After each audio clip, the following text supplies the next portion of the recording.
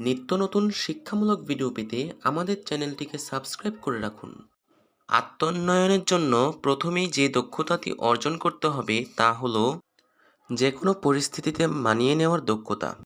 পৃথিবীর প্রতিটি সফল ব্যক্তিগণ কখনো পরিস্থিতি থেকে বিচলিত হননি, শান্ত মাথায় ধৈর্য সহকারে পরিস্থিতির মোকাবেলা করেছে, তাই তারা সফল হতে পেরেছেন। আপনারাও যদি জীবনে সফল হতে চান তবে অবশ্যই এই দক্ষতা আপনাদের অর্জন করতে হবে।